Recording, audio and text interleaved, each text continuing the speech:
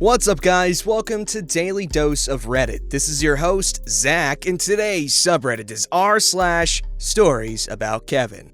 This story's called The Most Hated Coworker in My Store, even to this day. This is my first time posting after a couple of years of watching Reddit videos on YouTube. I apologize for any mistakes and sorry if this story doesn't seem like it fits. I thought it did and wanted to share my experience with possibly the dumbest person I have literally ever met. To start, I work at a pizza place that's popular on the left half of the United States. I've worked here for 2 years, having started about a week after it opened next to my house, and was promoted about 6 months ago to shift supervisor. It's not important, just proud of myself. Good job. This job is amazing. Our general manager is this super cool, laid-back person. I've never felt uncomfortable talking to him or making fun of any tiny mistakes he makes. We all do it, and he does it right back. He always understands our need for time off and only gets annoyed at us, a bunch of teenagers,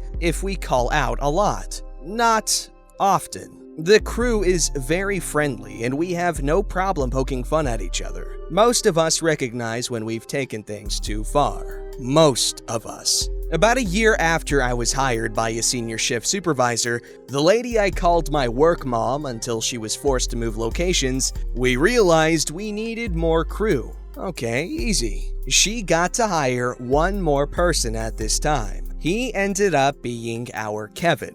Now, everyone loved me. I know this because they tell me. So surely, since she did a good job on me, he couldn't be bad, right? Wrong!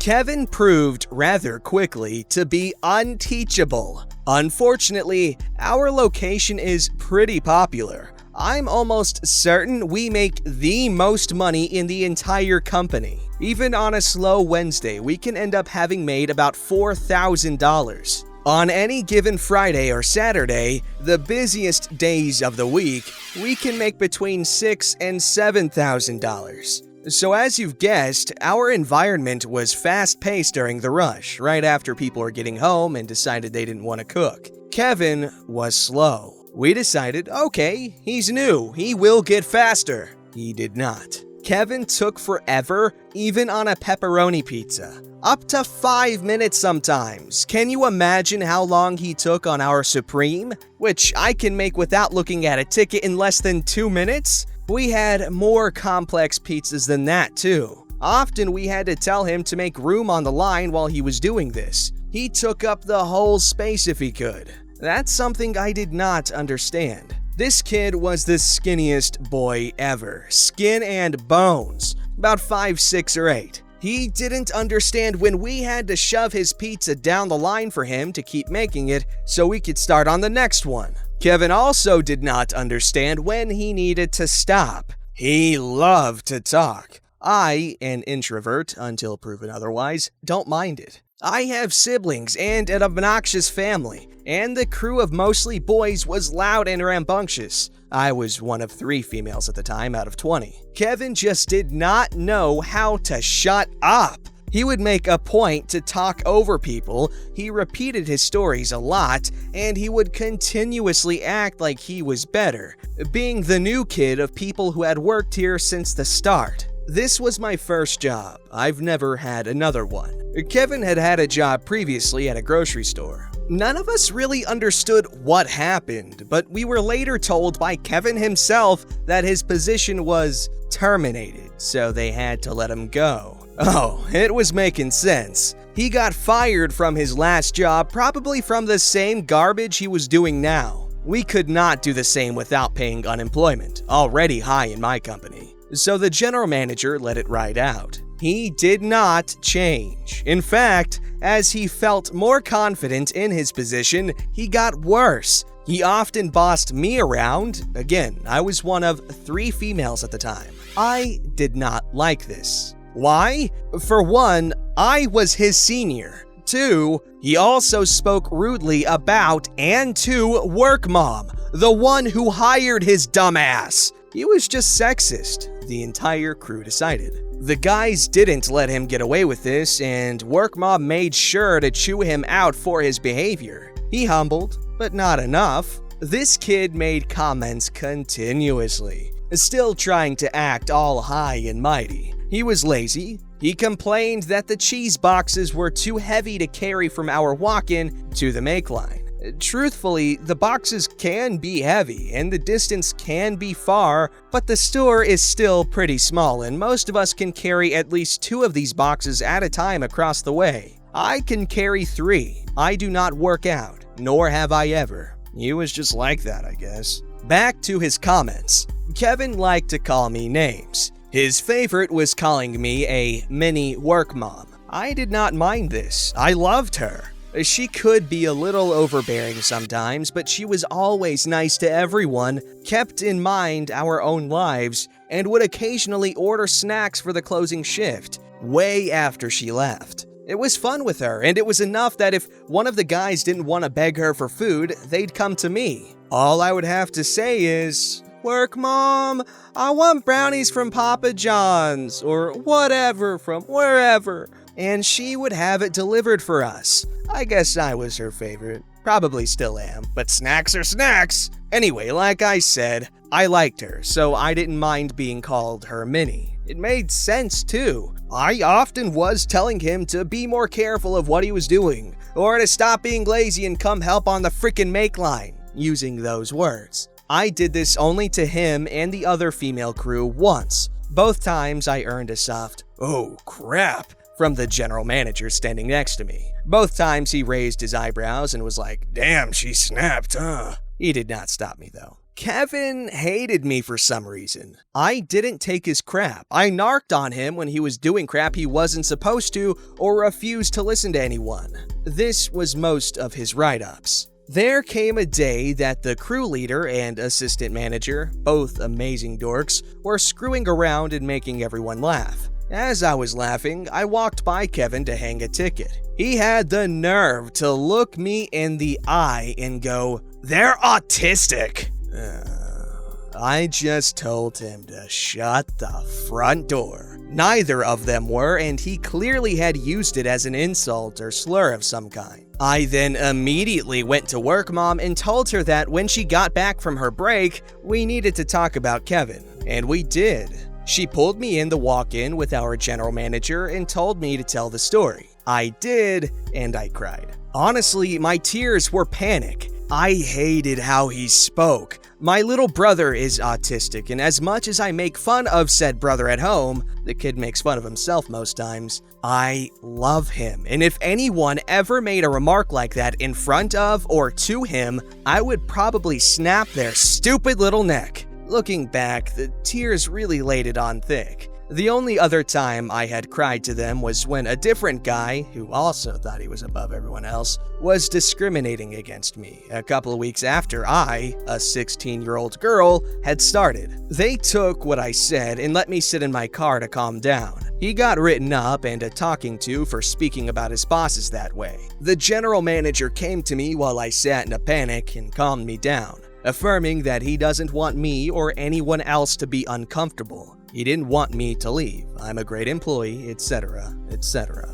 I nodded along. A different supervisor the next day, honestly, this supervisor creeped me out, but I never could figure out why. It was pretty nice. He told me that if Kevin didn't apologize to me by the time Kevin left that day, tell him he would have to deal with him. I got my apology the next day. You'd think, well, Kevin is probably fired by now, right? No. Let me tell you what did get him fired. But first, a recap. Kevin was sexist, he hated me, literally no one liked him, everyone wanted him fired, he was slow as a snail, and he made all sorts of comments he shouldn't have been making. And he was now on his last write-up, the nail in the damn coffin.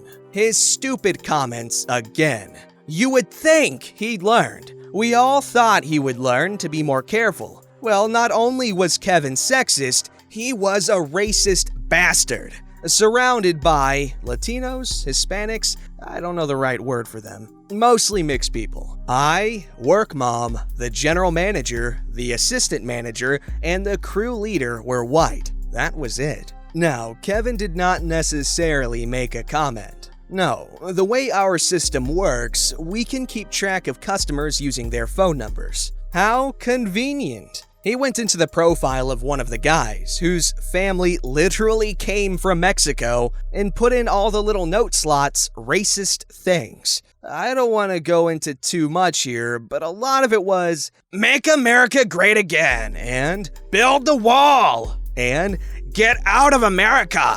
It was discovered, or rather someone was standing next to Kevin as he did this. The next time I went in, he wasn't there. I wasn't complaining, but when I asked why, I was shown the profile and I could only stare in horror. Now, to this day, we make fun of this idiot. All of the little things he did, I'm still sometimes called a Minnie, even though she's been at a different location for ages, and occasionally the way he walked. It was a stupid walk, to be fair. He looked like a pigeon. Sorry it's so long, I just really needed to get across how stupid he was, along with all the crap he tried to pull. I tried not to make anything too obvious, but I'm sure if any of my coworkers see this, they'll know Kevin is difficult to forget. It's an interesting trend to see how many Kevins are racist, sexist, and all that jazz. Just goes to show that if you think someone's gender, sexuality, their freaking race has any bearing on the type of person they are,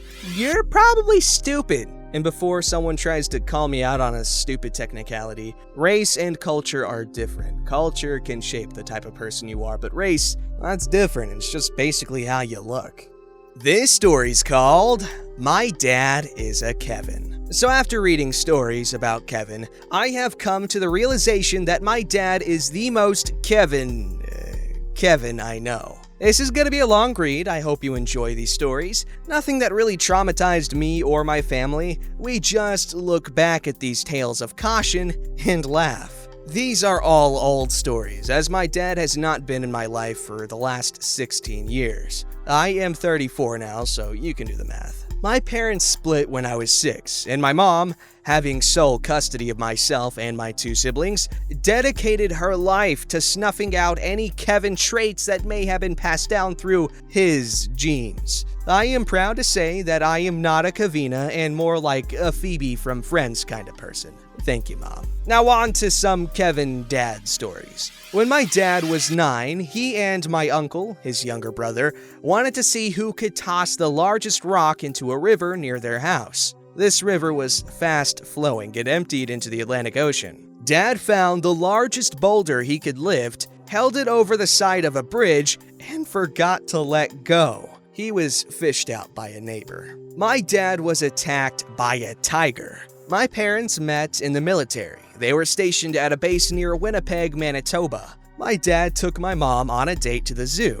He wanted a picture of a tiger, but he wanted the tiger to look like it was in a natural habitat. So, you know those chain lines with a sign that says, "Do not cross this line"? He crossed it, put both of his arms in the cage to steady the camera. The tiger took one look and pounced. Dad fell back, people panicked. No major damage was done. Who knew tigers could leap so far? My dad made my mom trek through northern Ontario brush to find a hot spring. On their way from Winnipeg to Toronto, my parents noticed some steam coming from the forest near the Trans-Canada Highway. My dad, a 23-year-old who just got his high school diploma with the help of my mother, was adamant that there was a hot spring nearby. He had just taken grade 10 geography, so he knew what he was talking about. The hot spring he found was a sewage treatment plant. The newest National Lampoon movie gave my mom horror flashbacks.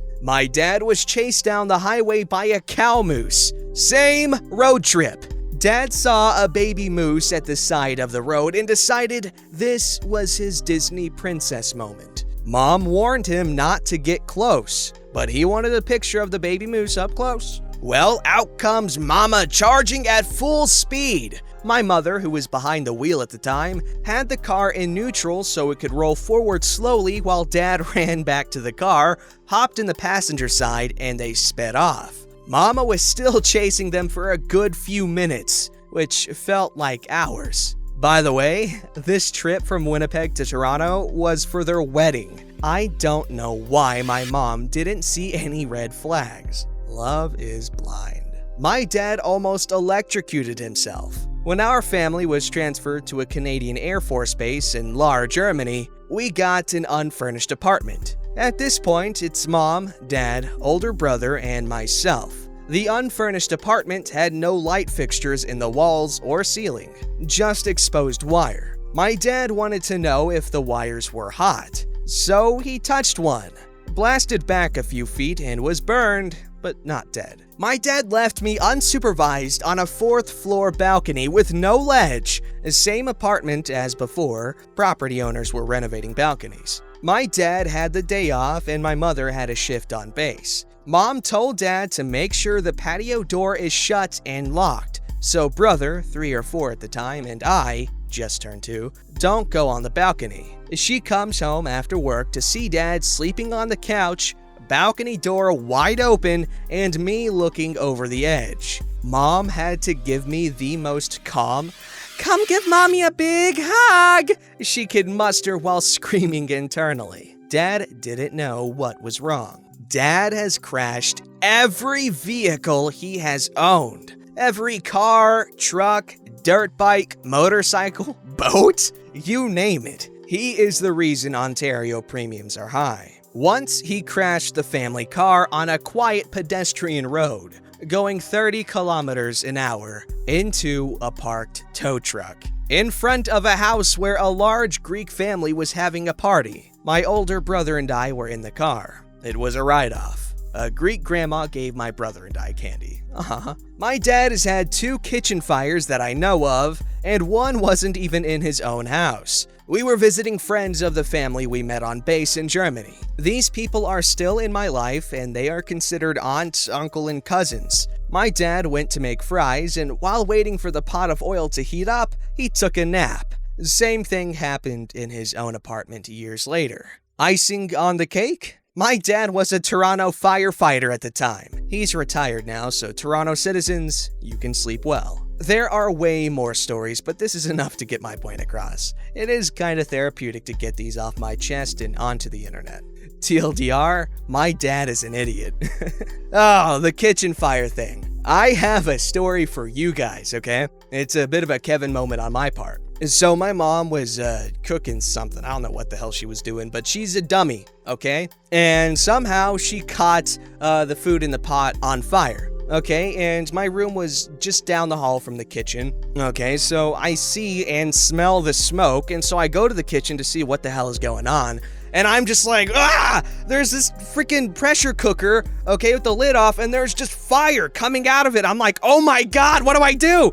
And so I freak out, I grab a cup, and I fill it with water, and I throw it onto the fire, and I'm expecting some, heroic rush of dopamine, okay? Well, what actually happened was it exploded, fire went everywhere. Luckily, I jumped back with my amazing cat-like reflexes, and my mom was like, "What the hell are you doing?" I'm like, "I don't know!"